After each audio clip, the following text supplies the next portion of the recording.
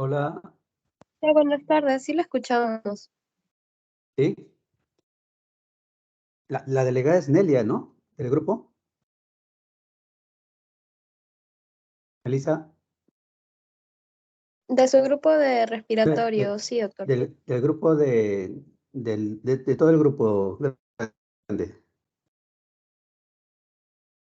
Yo soy la delegada, doctor, Melissa. en general Contigo de hemos estado en contacto, terapéutica también. perdóname, Sí, conmigo, doctor, conmigo estuvo hablando, no ajá. te había ubicado. Entonces, ¿estamos listos, Melissa? Creo que sí, doctor, ya estamos en el horario. Em, ¿Puedes grabar? Sí, ahorita voy a iniciar la grabación. Entonces, empezamos. Buenas tardes a todos. Hoy tenemos dos nociones, dos teorías. La primera es sobre neumonía comunitaria y la segunda sobre neumonía hospitalaria, neumonía nosocomial. Y el jueves sobre terapia sensible, ¿no? Y luego del seminario, la evaluación del seminario. Entonces, al final, podría dar algunas indicaciones para que se preparen con miras al seminario y a la evaluación. Hoy tenemos las teorías. Igualmente, la siguiente semana conmigo nos desarrollar el capítulo de cardiología o cardiovascular con la misma dinámica, ¿no? Aunque queda pendiente ver lo de las fechas porque el siguiente martes es feriado, pero eso ya lo coordinamos con Melissa. Entonces, empezamos. ¿Se ve la presentación, Melissa? Sí, doctor, sí se ve su pantalla. ¿El audio está bien? Sí, también la escucho, la escucho. Muy bien, entonces empezamos. El tema es terapéutica de la neumonía comunitaria y empiezo diciendo que neumonía implica un diagnóstico anatómico y lo de comunitario le da una orientación etiopatogénica para poder plantear la cobertura antibiótica que corresponda según el caso. El contexto es el siguiente, vamos a desarrollar el tema del contexto del paciente inmunocompetente. No vamos a abordar el tema de la neumonía comunitaria en el paciente inmunosuprimido que aparece en la lista hacia la derecha, ¿no? Pero aun cuando una persona sea inmunocompetente, puede tener algunos factores de riesgo para infección o para neumonía, ¿no? Y estos son los siguientes: alcoholismo, consumo de tabaco en exceso, las enfermedades crónicas, ¿no? Tanto del riñón, corazón, hígado, diabetes, también implante coclear o fuga de líquido cefalorraquídeo. Eh, entonces, va a ser importante que tomen en cuenta esta clasificación con miras a la propuesta de tratamientos. Esta es la referencia que voy a usar, la referencia principal, que se las voy a compartir después en la plataforma de Microsoft. Y, y es importante que tengamos en cuenta lo siguiente, ¿no? En este tema. En cuanto a la parte clínica, ver las variables de temperatura, ¿no? Temperatura, frecuencia respiratoria, si hay disnea, si hay falta de aire o no con disnea, puede haber dolor torácico, puede haber diaforesis. Respecto de la temperatura puede estar incrementado, incluso puede estar disminuida y el paciente puede tener hipotermia y eso podría ser quizá más frecuente en adultos mayores. Y en el examen físico podemos encontrar sinología bronquial o propiamente alveolar o parenquimal, ¿no? Los roncantes, y si hay compromiso alveolar, como que debería, porque estamos hablando de neumonía y eso implica compromiso alveolar, entonces podemos ocultar los crépitos, ¿no? Y en su máxima expresión podemos encontrar lo que es pectoriloquia áfona. Si el paciente dice, si le pedimos que diga 33, lo vamos a escuchar con nitidez, con claridad, incluso hasta si la neumonía es más allá de segmentaria, es lobar, hasta puede haber lo que se denomina hepatización pulmonar, ¿no? Y la signología puede ser muy florida, incluso matiguez al momento del examen físico. En imágenes, eh, no es necesario contar con imágenes para diagnosticar una neumonía comunitaria, sobre todo, ¿no? Pero si hay cierta duda, por lo menos una radiografía puede ayudar. Pero ahora, si la situación es más compleja y hay la posibilidad de tomar una tomografía que pueda definir el diagnóstico anatómico, entonces podrían recurrir a una tomografía sin contraste, pero podría ser suficiente una radiografía o incluso no es necesario, no es mandatorio contar con imágenes para diagnosticar una neumonía comunitaria. Bastaría la clínica que incluye pues, los síntomas y el examen físico, ¿no? Lo mismo aplica para el laboratorio, no necesitaríamos análisis de sangre para diagnosticar. Quizás sí, en algún caso de algún paciente con factores de riesgo especiales, podríamos valernos del examen, no tanto para diagnosticar quizá la neumonía, sino para evaluar la magnitud del compromiso sistémico relacionado a la infección. Y tengan en cuenta que para catalogar una neumonía como comunitaria, pues obviamente esto ocurre fuera, en contexto de domicilio, fuera del hospital, o si el paciente está hospitalizado, si esto ocurre en el primero o segundo días de la hospitalización, que incluso podría no estar relacionado al motivo de ingreso, ¿no? Y esto no considera a las personas, a los pacientes que son trasladados de una clínica de reposo, ¿no? O casa de reposo, donde quizá más bien el enfoque ya sea de una neumonía nosocomial, porque tiene que ver con cuidados de la salud y quizá un ambiente donde hayan otras personas que también están con la salud comprometida.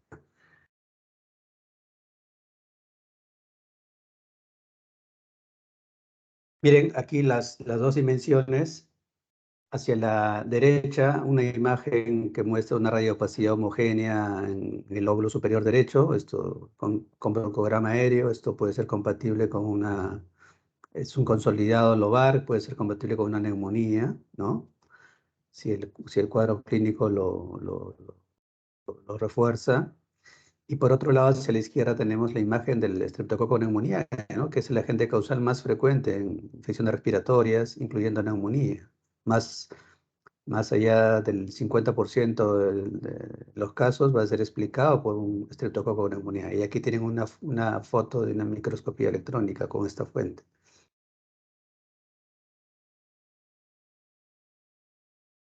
¿Cuáles son los principios de la terapéutica del manejo? Prontitud, ¿no? Y no solo en neumonía comunitaria, sino en general en cualquier proceso infeccioso, sepsis, la prontitud va a ser clave porque las horas que ganemos van a traducirse en la mortalidad. Entonces, y esa prontitud no tiene que ser excluyente del esfuerzo que siempre hay que hacer por identificar el agente causal. Vale decir, la toma de muestras de las regiones afectadas, en este caso del esputo, sangre para hemocultivo, o alguna prueba especial que nos ayude en el diagnóstico etiopatogénico. Entonces, eso no debería retrasar el tratamiento, eh, la propuesta del tratamiento antibiótico, ¿no? Entonces, porque eso se traduce en mejores resultados en términos de mortalidad como desenlace. Y una cobertura antibacteriana adecuada implica, pues, idealmente saber qué germen está involucrado en el caso, pero eso no lo vamos a tener en cuestión de muy breve, pocas horas, ¿no? Puede ser incluso días, pero sí vale el esfuerzo de tomar la muestra. Y entonces tenemos que trabajar con terapia empírica, pero la terapia empírica no tiene que ser a ciegas, tiene que ser una terapia empírica racional, y esta se plantea con base en la presentación clínica del caso, los factores de riesgo, la condición clínica del paciente, si está grave o no, y los patrones de resistencia donde estemos, donde se desarrolle el caso.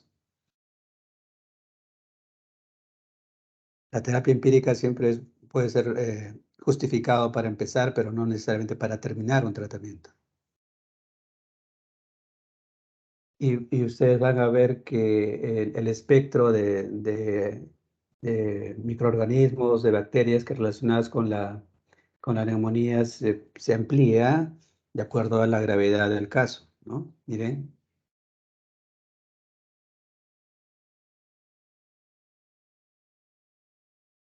el caso ambulatorio, claro. En cambio, si el paciente requiere hospitalización, ya tenemos que ampliar el espectro a hemófilos influenza.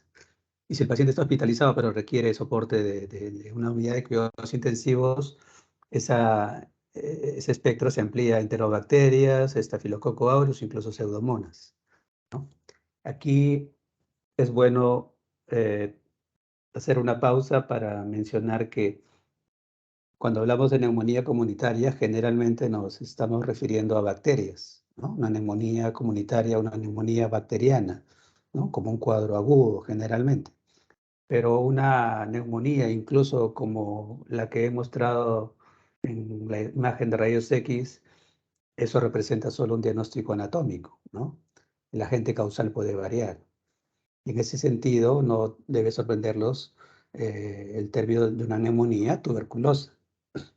Entonces, una neumonía tuberculosa o por Mycobacterium tuberculosis también se puede presentar como una neumonía comunitaria, con la diferencia de que el cuadro clínico sí puede tener algunas variantes. Generalmente el cuadro puede ser de más tiempo, cuadro no agudo, subagudo, puede haber bajada de peso, que si la persona que hace la historia no lo identifica, puede con el facilismo de a veces la inercia del día a día, asumir que esto es una neumonía bacteriana común por la radiografía o la tomografía y, y plantear que es una neumonía bacteriana común cuando termina siendo una neumonía por Mycobacterium tuberculosis. Ciertamente esta presentación de la tuberculosis no es frecuente, pero sí se puede dar. Y abajo está la referencia de un estudio que hicimos en relación a ese tema y que les pueden revisarlo. Sería bueno que lo revisen para, para que lo tengan presente. Sobre el tratamiento. Si no hay factores de riesgo, si el paciente es inmunocompetente y no tiene ningún factor de riesgo, es sano, aparentemente no tiene ningún historial en particular, entonces ya está definido que presenta una neumonía. Entonces, generalmente es una neumonía segmentaria, ¿no? No es una neumonía lobar. Pues el paciente está estable, puede ser manejado ambulatoriamente incluso. eh, Podría ser suficiente que utilicemos amoxicilina a razón de 1 gramo cada 8 horas, ¿no? O doxiciclina a esta dosis, o cualquier otro macrólide, claritromicina o acitromicina. Aquí quiero hacer un comentario a lo personal, que la acitromicina es quizá atractiva porque se, se se comercializa o se promociona pues como una vez al día por solo 3 días, ¿no? 3, 4 días, pero actúa más lentamente, ¿no? Y si tienen la mala fortuna de reaccionar al medicamento o tener una reacción adversa, pues van a estar expuestos por varios días o incluso algunas semanas, porque eso se aclara muy lentamente a diferencia de otro macrolídeo como la claritromicina, que sí actúa más rápidamente y puede tener resultados en menos tiempo. Entonces, quizá la citromicina sí sea útil para problemas de enfermedad de transmisión sexual, problemas pélvicos, ¿no? Entonces, sí se puede usar para infecciones respiratorias, pero tienen que tener en cuenta, por un lado, que su efecto puede demorar. Y si el paciente tiene factores de riesgo de alguno que hemos mencionado al comienzo, entonces podemos usar un macrólido de los que he mencionado, ¿no? Y un betalactámico, ¿no? Amoxicilina, un ácido clavulánico o cefuroxima. Entonces, tienen ahí ese escenario. O los autores de la referencia que he presentado plantean el uso de monoterapia con quinolona, ¿no? Una moxifloxacino o levofloxacino. No ciprofloxacino porque ciprofloxacino actúa sobre gram negativos. Estos agregan su cobertura para gram positivos. Pero quiero hacer una tingencia, ¿no? En nuestro medio la prevalencia, la incidencia de tuberculosis es alta y la recomendación sería no usar así muy libremente estas quinolonas porque las reservamos sobre todo para casos de tuberculosis. Entonces, procuren no usarlas, procuren más bien reservarlas para casos de tuberculosis resistente, ¿no? Y es lo que hacemos en el hospital. Ni la versión oral ni la versión parenteral. La reservamos para casos de TB, porque es una, un componente importante del esquema de terapia para tuberculosis resistente.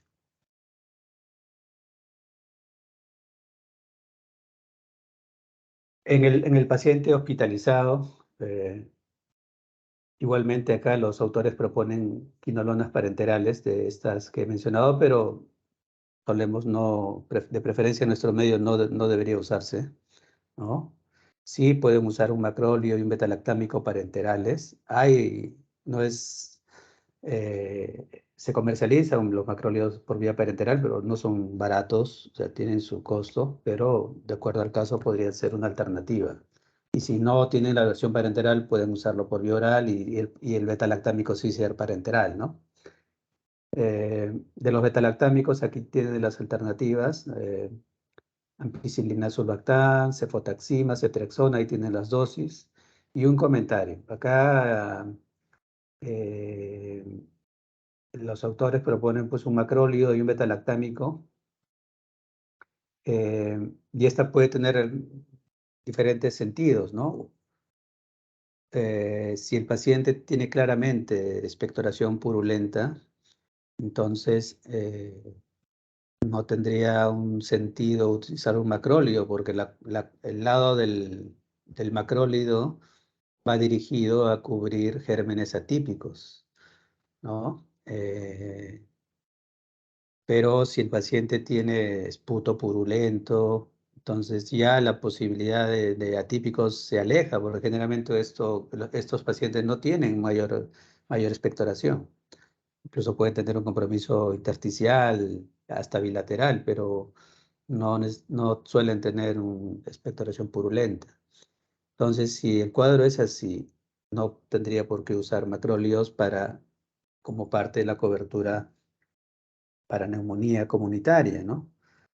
Pero sí podría tener un sentido de usarlo como potenciador del betalactámico, porque sí también cubren gram positivos. Entonces, si estamos frente a un gram positivo o frente a un estreptococo, neumonía, eh, cubrir el microorganismo con dos antibióticos puede tener un sentido y puede acortar el tiempo de tratamiento y la recuperación. Entonces tienen que tener claro por qué se plantea incluir macrólidos en el esquema, ¿no? O la posibilidad de que estén involucrados los atípicos, o si no, siempre podría usarlos para potenciar el esquema antibiótico, si es que estamos frente a no atípicos, sino a gram positivos. ¿Sí? Entonces, tengan en cuenta eso.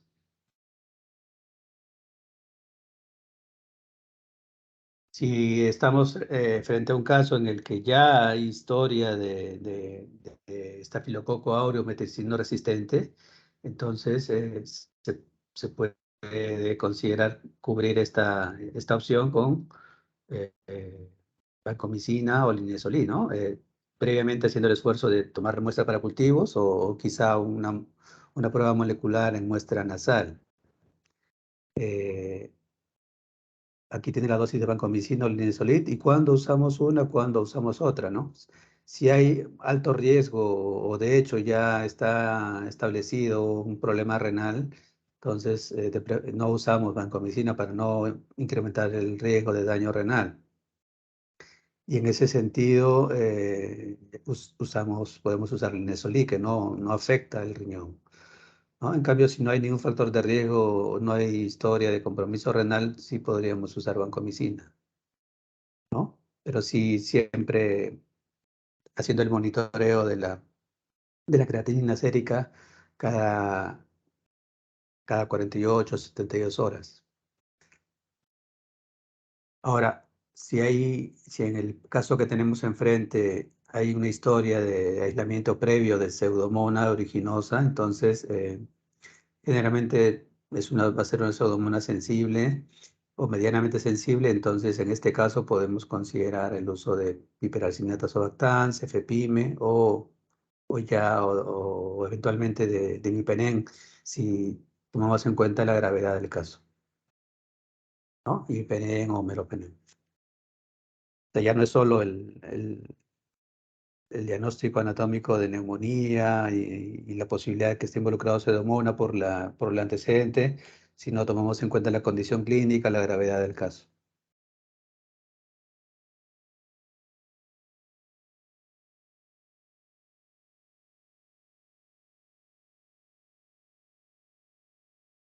Ahora, si el paciente está en condición crítica, es bueno ir de más a menos. Entonces, ya mientras se hace el esfuerzo y transcurre el tiempo, resultados de las muestras que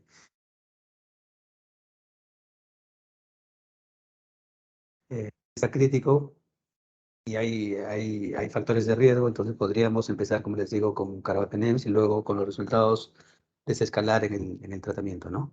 Aquí los autores proponen las quinolonas, pero ya saben la tingencia, ¿no? Que no solemos usar quinolonas para neumonía, solo más para tuberculosis.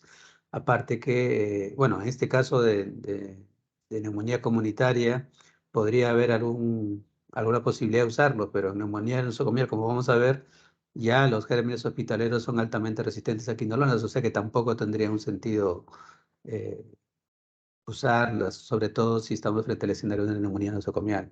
Pero si el escenario es neumonía comunitaria, procuremos no usar quinolonas.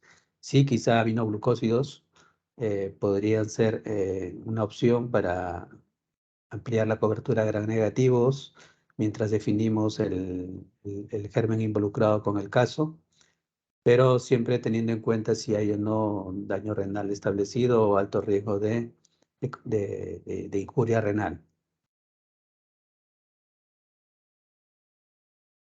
Esta, este puntaje, este score, puede ayudarnos a reforzar nuestra impresión, nuestro planteamiento de a dónde debería conducirse al paciente para el manejo de la neumonía que tenemos enfrente, ¿no?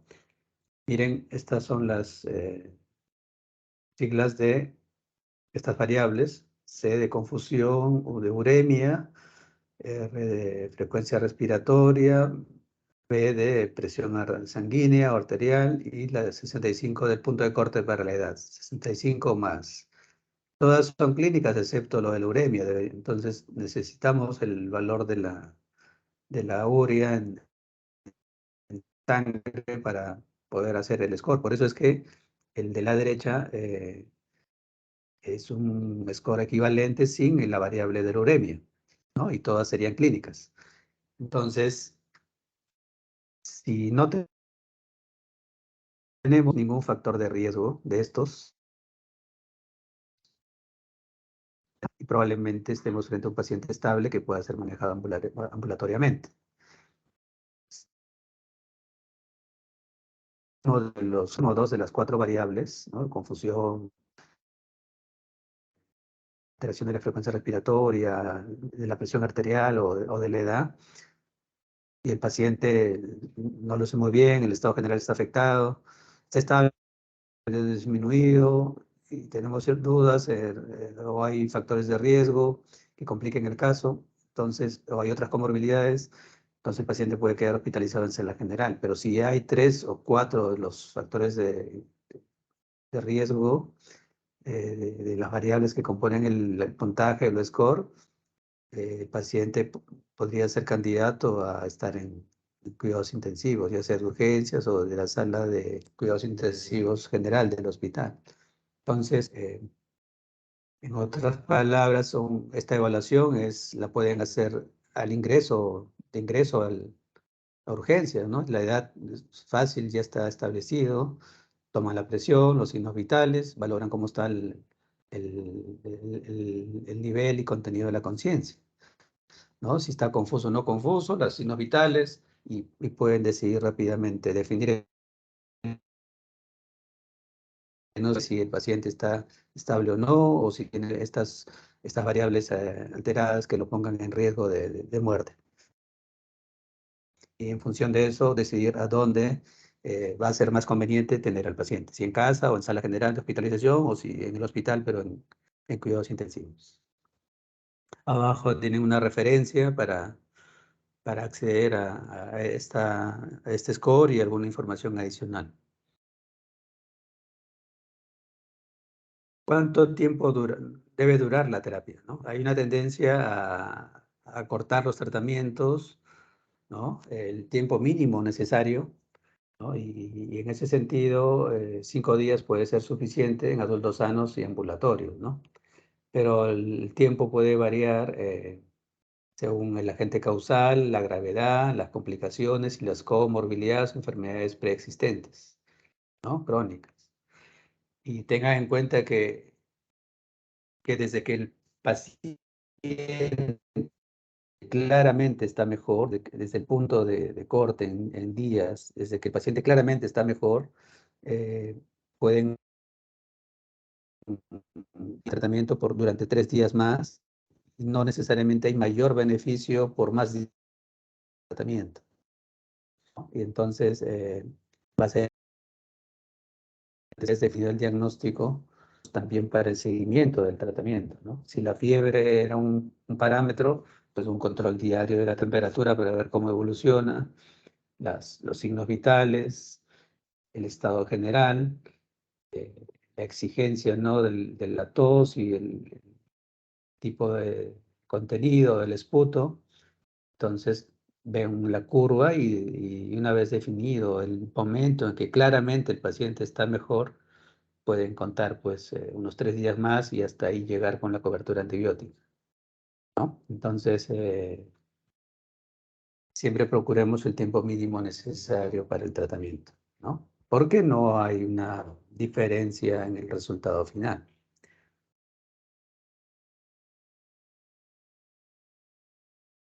Es muy importante saber cómo tratar una neumonía, pero también es igual de importante o más quizá saber cómo prevenir la neumonía bacteriana. Entonces, eso vamos a tratar en esta sección, pero antes es bueno señalar que cuando hablamos de neumonía comunitaria, generalmente hablamos de neumonía por Streptococcus pneumoniae, ¿no? En la mayoría de los casos. Ahora, una neumonía por Streptococcus pneumoniae es el escenario más común, pero no es el único. El paciente puede tener neumonía y además bacteriemia asociada a esta infección.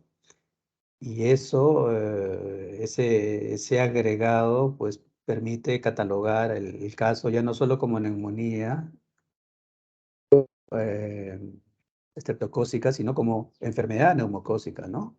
Entonces, que incluye además ya no solo la neumonía y la bacteriemia, sino también meningitis. Casos de meningitis por Streptococcus pneumoniae pueden ser catalogados como enfermedad neumocócica.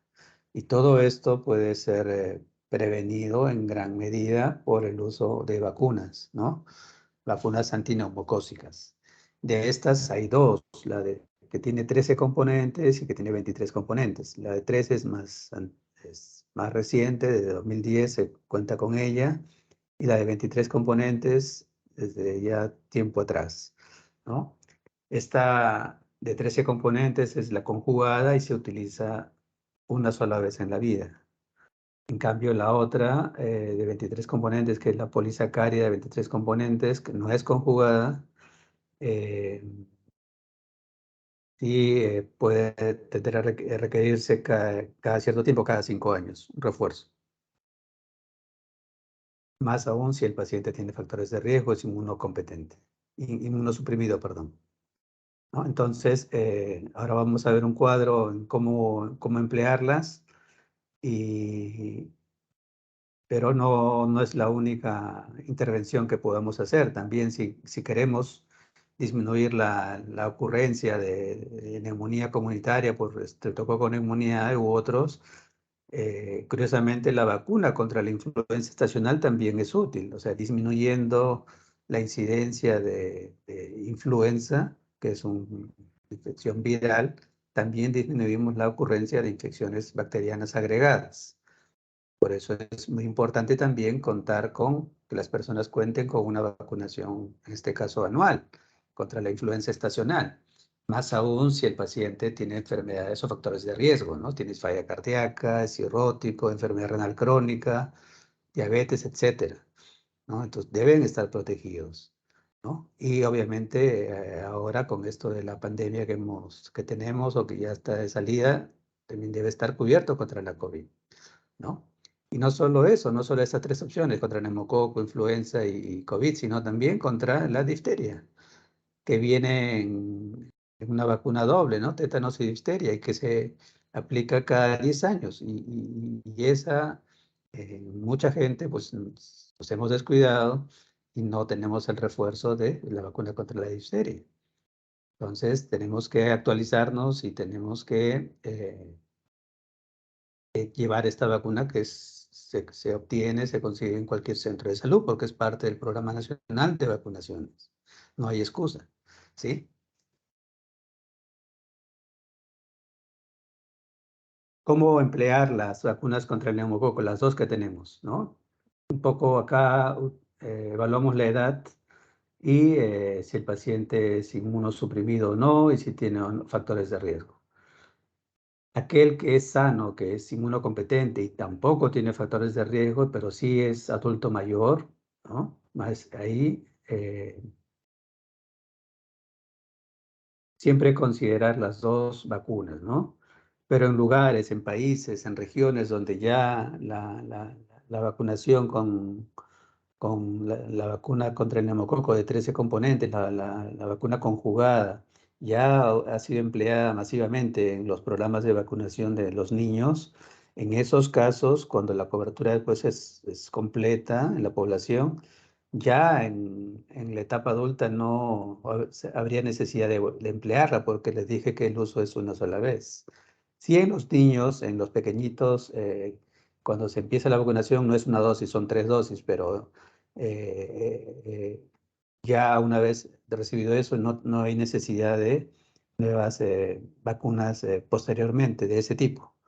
Solo sería la 23, ¿no? Pero en nuestro medio no tenemos una cobertura anterior con la vacuna de 13 componentes o la vacuna conjugada. Entonces, prácticamente vamos a tener que utilizar las dos.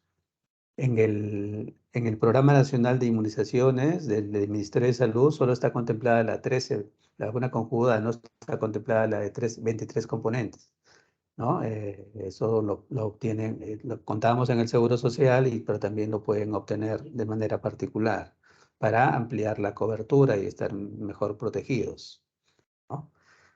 Ahora, si el paciente es inmunosuprimido o no, pero tiene factores de riesgo, sí emplear las dos vacunas,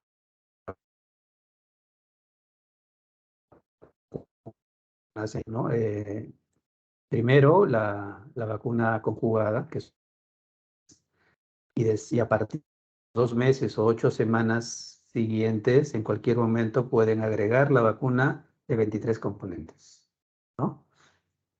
Día cero, la vacuna conjugada de 13 componentes y 2 meses, a partir de 2 meses, de las 8 semanas o de la semana 9, a partir de ese momento, agregar la vacuna polisacárida de 23 componentes.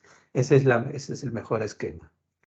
Ahora, si por A o B ya una persona tuvo o le aplicaron la vacuna de 23 componentes, eh, habría que esperar un año para agregarle la vacuna conjugada de 13 componentes, si es que no la ha tenido antes, ¿sí? Entonces, esa es la mejor, las opciones que tenemos para el uso de estas dos vacunas. Primero, en general, la vacuna conjugada, que es la de 13 componentes, y a partir de los 2 meses agregamos la de 23 componentes. ¿Ok? Para complementar el caso, voy a presentar un caso clínico, considero que es ilustrativo de todo lo que hemos mencionado. Miren, se trata de un varón de 69 años que estuvo hospitalizado en noviembre de 2020, miren, ¿no? En meses que estábamos en el contexto agudo, crítico de COVID. Estuvo hospitalizado del 7 al 13 de noviembre por una neumonía comunitaria. Aquí tienen la imagen que afectó el lóbulo superior derecho. Tienen las imágenes de tomografía y de hecho estas imágenes corresponden al de la radiografía que presenté al inicio, ¿no? A este, ¿no? Esta es la radiografía y lo que presento ahora son las imágenes de tomografía. Y se ve con mayor claridad pues, el broncograma aéreo, el consolidado, lobar, ¿no? Es una neumonía lobar del lóbulo superior derecho, ¿no? El paciente fue tratado con piperacillin tazobactam con buena respuesta clínica y completó el tratamiento por vía oral con doxiciclina en casa, ¿no? Estuvo hospitalizado una semana casi, ¿no? O 6 días.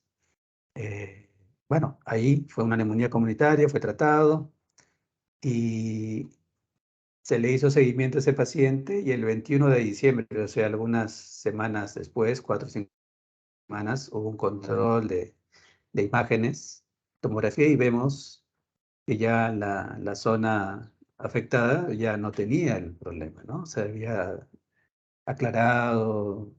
Y entonces esto sirve para demostrarles que la resolución radiológica, en este caso tomográfica, no se presenta, no ocurre en días, se da en semanas, ¿no? Entonces, lo que primero se resuelve es la clínica y luego se resuelve la- las imágenes, la radiología, ¿no?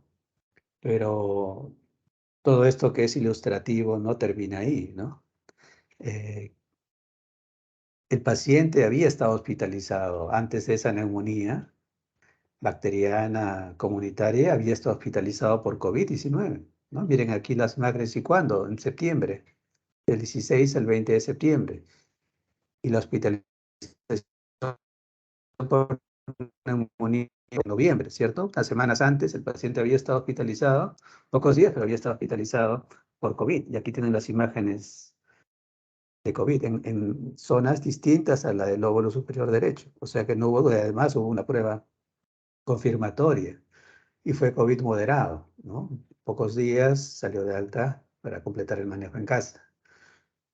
O sea, COVID moderado con una saturación ambiental menor al 90%, perdón, de 90 a 95%, ¿no? Leve, mayor de 95% y grave, menos de 90% con oxígeno ambiental. Entonces, ¿cuál es la moraleja de este caso, no? Si un paciente ha tenido pues COVID, no lo exime de tener una vacunación contra neumococo, ¿no? Entonces, siempre debemos aprovechar cualquier oportunidad que se nos presente para manejar de manera integral los casos que tenemos frente, ¿no? Y siempre la prevención va a ser mucho más fácil y va a tener un gran impacto, ¿no? Porque es bonito tratar, recuperar un paciente, pero es mucho mejor evitar que ocurra el problema. Entonces, con esto terminamos el primer tema y creo que vamos a ver qué opinan ustedes. Siempre hacemos esta sección. Si tienen alguna pregunta o comentario. Vamos a ver. Hugo. Hugo Alfredo.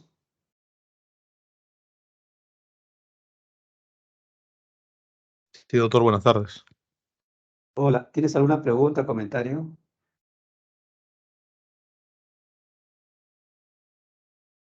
No, doctor, todo ha quedado claro. Bien. Héctor Felipe. Sí, doctor, buenas tardes. Hola, ¿alguna pregunta o comentario? No, doctor, todo me quedó claro. Ya. Freddy. Freddy Samuel. Todo claro, doctor. Ya. Flores. Portocarrero. Sí, doctor, todo claro. Bien. Foley. Foley Juliet. Doctor, buenas tardes. Sí, hola. ¿Algo? Sí, doctor, le escucho. Me parece que ha estado clara la explicación, doctor. Con los casos clínicos me ha quedado más claro. Bien. Daniel René.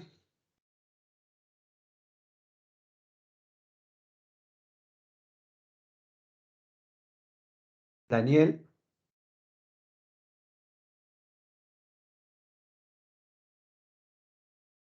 Daniel. Bueno. Cristóbal Lizárraga. Sí, doctor, ¿se me escucha? Si tienes alguna pregunta, comentario. No, no, doctor. Bueno, referente a a la neumonía común, el tratamiento más efectivo, le había entendido que es con macrólidos y una cefalosporina de tercera generación. No tiene que ser de tercera, puede ser de segunda o incluso de primera, ¿no? Si es un paciente inmunocompetente y su condición clínica permite el manejo ambulatorio, pues emplear esa combinación, ¿no?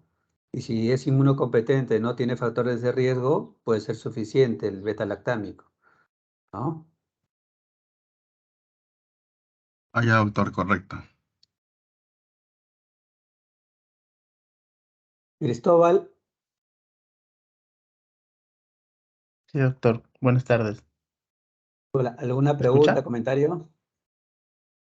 Sí, doctor, con respecto al caso clínico que usted que mencionó al final, eh, ¿por qué se usó ese fármaco, el pipetazo, ¿no? El Sí, yo creo piracilitazo que bactal. como había estado hospitalizado semanas antes, entonces hubo un factor de riesgo para tener quizá gérmenes distintos, ¿no? Entonces, pienso que por la magnitud de la neumonía al inicio, quizá quisieron asegurarse con una cobertura intermedia, ¿no? Pero rápidamente desescalamos y lo pasamos a bioral con doxiciclina, ¿no? Y la respuesta fue siempre buena, ¿no? Entonces, por eso le decía que en algún momento la terapia empírica puede tener algún sentido para empezar, pero no necesariamente para terminar. También podemos desescalar en el tratamiento, ¿no? Y eso fue lo que hicimos rápidamente. No estuvo en tratamiento 2 o 3 semanas, ¿no? A los pocos días se le pasó a bioral.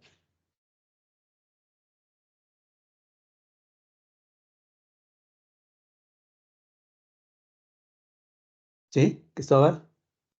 Sí, doctor, gracias. Cristina,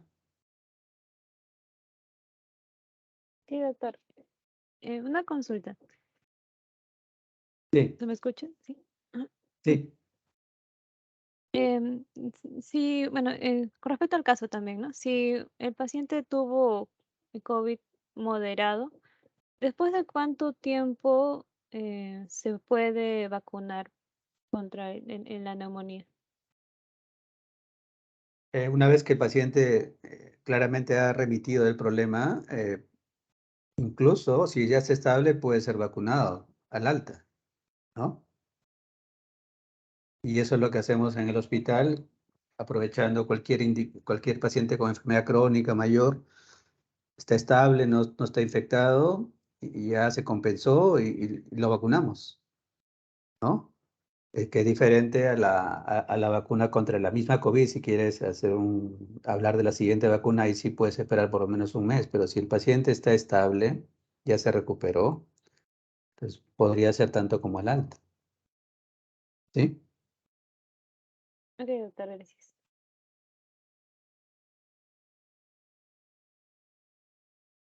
Y pana, y otra cosa que hacemos para cubrir es también para hepatitis B, ¿no? Es injustificable que los pacientes no estén protegidos contra hepatitis B, más aún si tienen factores de riesgo. Entonces, durante la hospitalización aprovechamos, vemos la serología, los marcadores de hepatitis B, si están negativos o incluso si ha tenido protección y esta es muy escasa, le reforzamos una vez que el paciente esté estable, ¿no? No está infectado, no está pues con cuadro progresivo o agudo, ¿no? Saliendo de eso, el paciente se le puede vacunar. Cuestión de aprovechar todas las oportunidades que tenemos. Doctor, sí, Chipana presente. Buenas tardes. Ujú. Yo tengo una duda. Bueno, en la parte de terapéutica del paciente hospitalizado, usted mencionó que, bueno, no es recomendable recetar vancomicina cuando hay algunos problemas renales, ¿no? ¿Hay alguna otra excepción con por los dos fármacos mencionados, si es que hay algún problema hepático? No, sobre todo el problema renal, ¿no? Ya. Gracias, doctor. Ahora, ciertamente puede haber una variabilidad y necesitemos un nivel sérico del antibiótico para asegurarnos, ¿no? Pero fuera de eso, solo por el aspecto renal. Si no es por eso, podrían usar vancomicina, ¿no?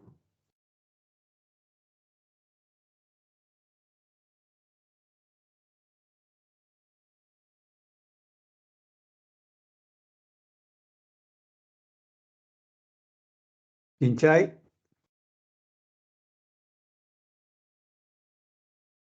Sí, doctor, buenas tardes.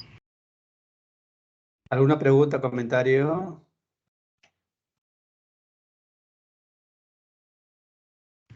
No, doctor, habían cositas que en los fármacos no entendía muy bien, pero ya me quedó claro. Bien. Becerra,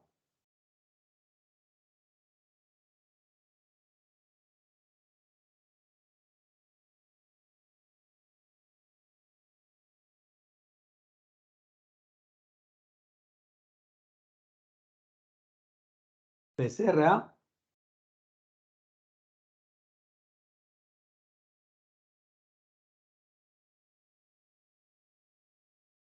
Diego Becerra,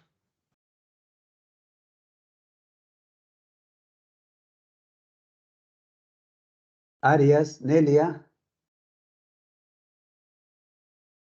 Buenas tardes.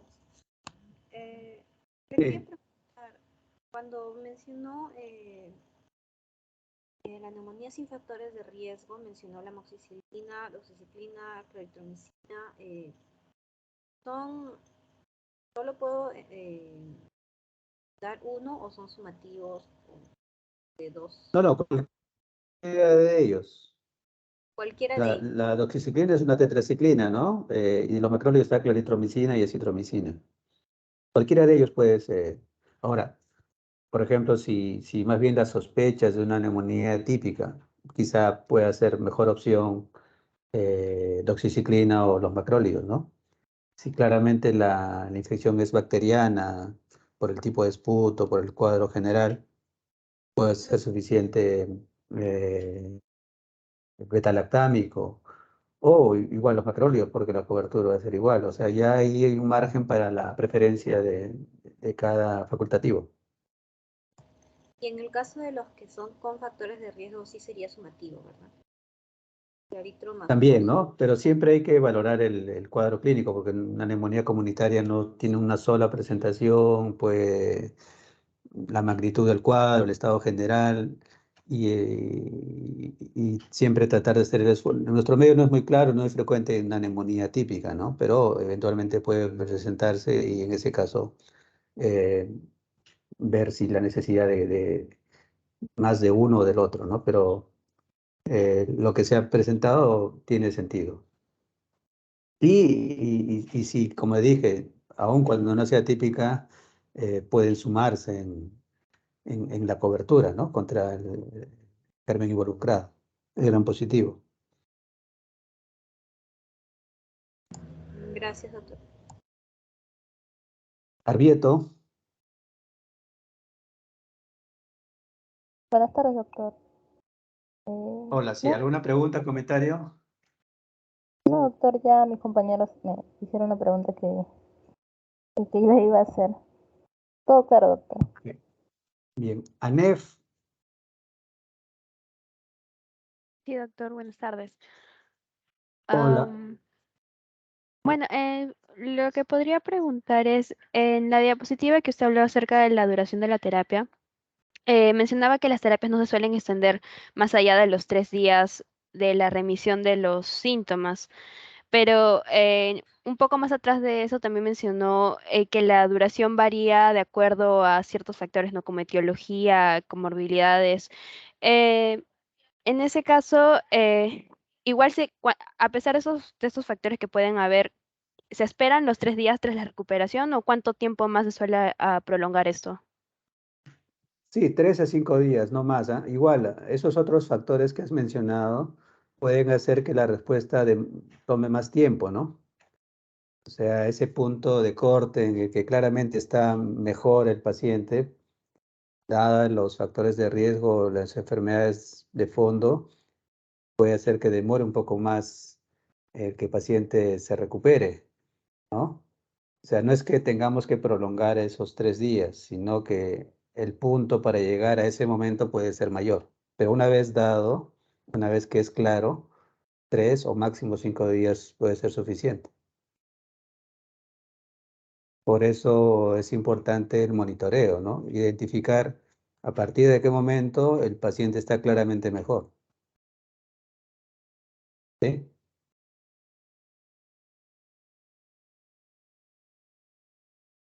Canef.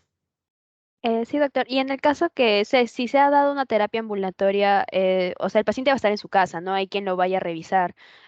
Uno normalmente le manda un esquema de medicación, entonces solo se le mandan los 5 días bases y si es posible volver a revisarlo tras esos 5 días, pero en el sistema de salud, pues eso no siempre se puede dar.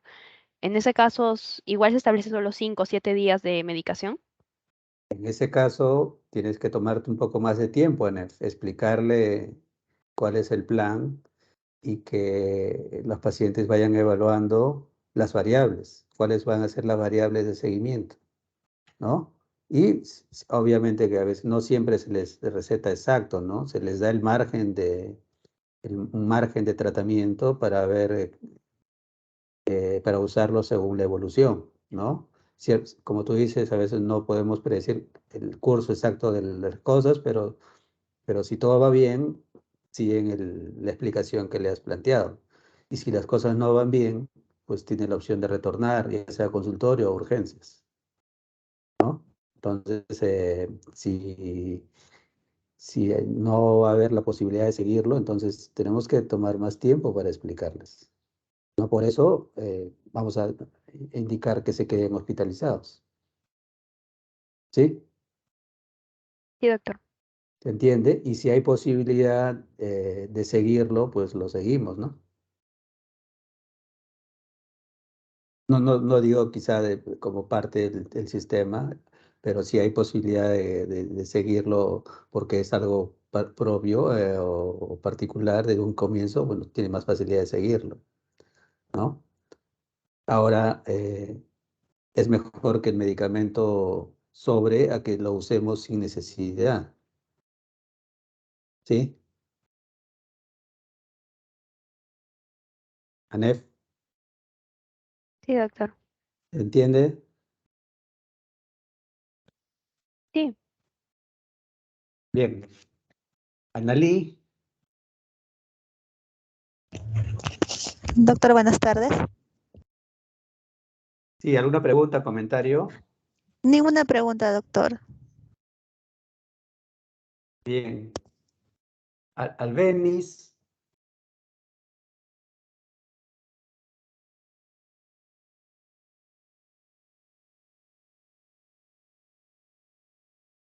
Albeniz,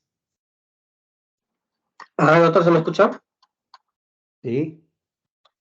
Doctor, tengo una pregunta. La parte que nos habló, en una diapositiva que nos había hablado de la toma de decisiones, mencionó algunos puntajes para hospitalizar o no. Y creo que ahí estaba incluido, bueno, uno de los criterios de CURS 65 era la edad, ¿no? Y decía que, bueno, esa parte no entendí porque luego cuando veía los criterios en ya qué puntaje decía 1 o 2, tendría que hospitalizarse. Entonces, todo paciente mayor de 65 años tendría que hospitalizarse. No entendí Eso esa es parte, solo doctor. una variable, ¿no? Es solo una variable de las 4. Entonces, si estamos frente a un paciente adulto mayor, ya tenemos que estar ser mucho más cuidadosos, ¿no? Porque probablemente tenga enfermedades coexistentes y con mayor facilidad puede haberse afectado, ¿no? Y tener las otras variables comprometidas, pero no solo por la edad vamos a indicar hospitalización, es por la suma de factores. Y si bien es cierto, podemos contar con esta herramienta, siempre el ojo clínico que se va formando, que se va entrenando, también nos ayuda, ¿no? Ya vamos viendo el estado general. Desde la ectoscopía ya vamos presumiendo si el paciente se va a quedar o no. Y durante el desarrollo de la anamnesis, de la evaluación, yo ya estoy viendo cómo está, qué condiciones está. Y entonces, siempre las dudas favorecen al paciente, ¿no? Pero estas herramientas pueden reforzar nuestra impresión, ¿sí? No es que dependamos totalmente solo de las herramientas. Todo es muy dinámico, hay que darle sentido a las cosas. Y para eso está nuestro juicio aparte y nuestra impresión, ¿sí? No somos robot para decir que una suma de factores y ya está. Hay que darle sentido a las cosas. ¿Sí? En un ojo tenemos el hemograma, en el otro ojo tenemos el AGA, ¿no? Y por encima de eso tenemos la apreciación. El estado general es muy importante.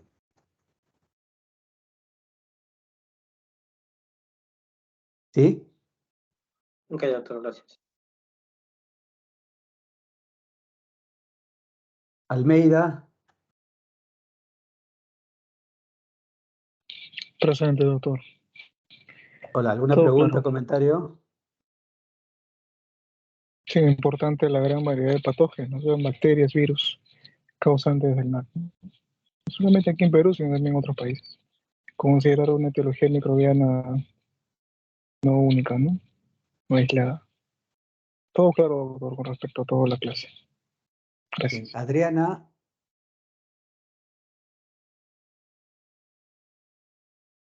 Sí, doctor, buenas tardes. Hola, ¿alguna pregunta, comentario? No, doctor, creo que pues, me quedó bastante claro ya también terminando el caso clínico. Pero no, ninguna duda. Acho Rojas. Presente, doctor. Buenas tardes. Todo claro, doctor. Bien. Con respecto al tema. Ok. Entonces, Melissa. Sí, doctor, buenas tardes. No sé si pregunté a todos o...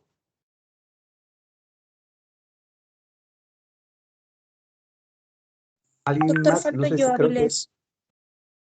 A ver, ¿tienes alguna pregunta o comentario?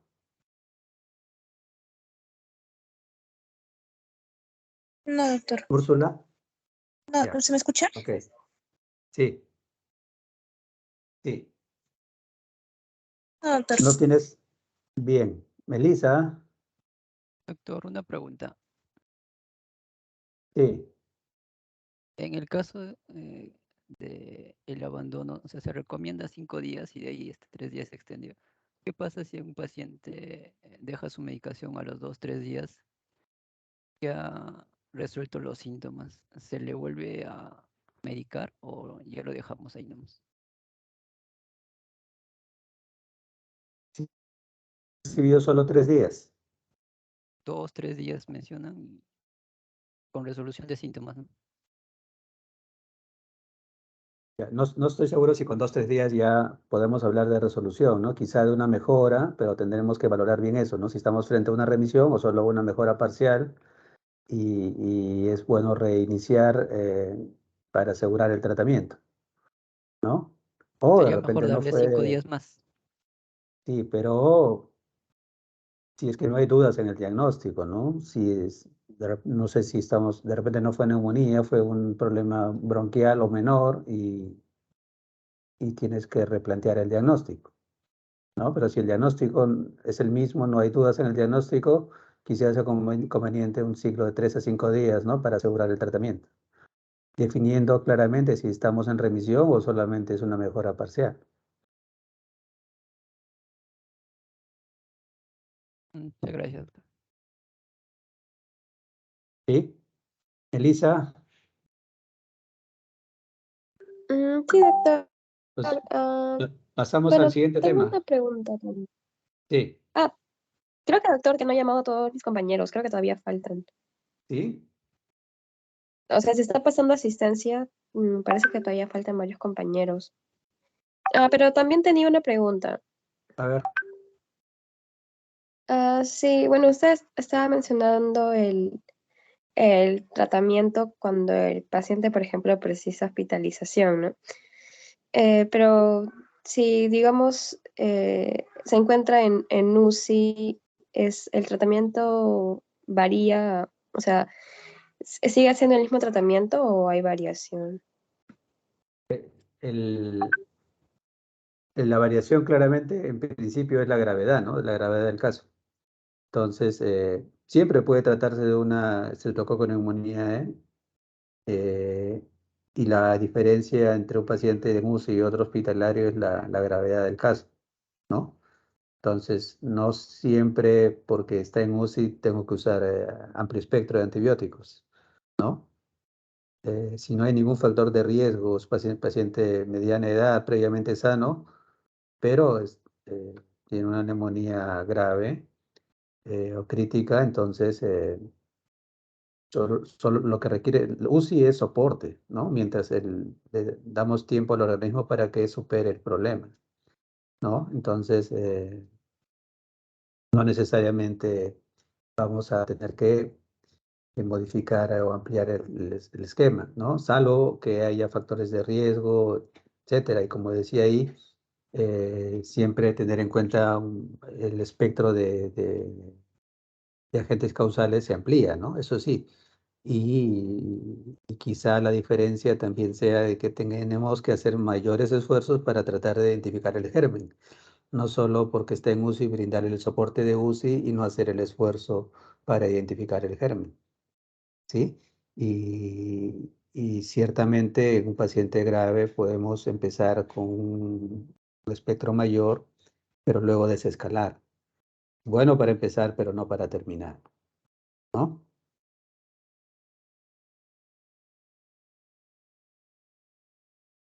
¿Sí?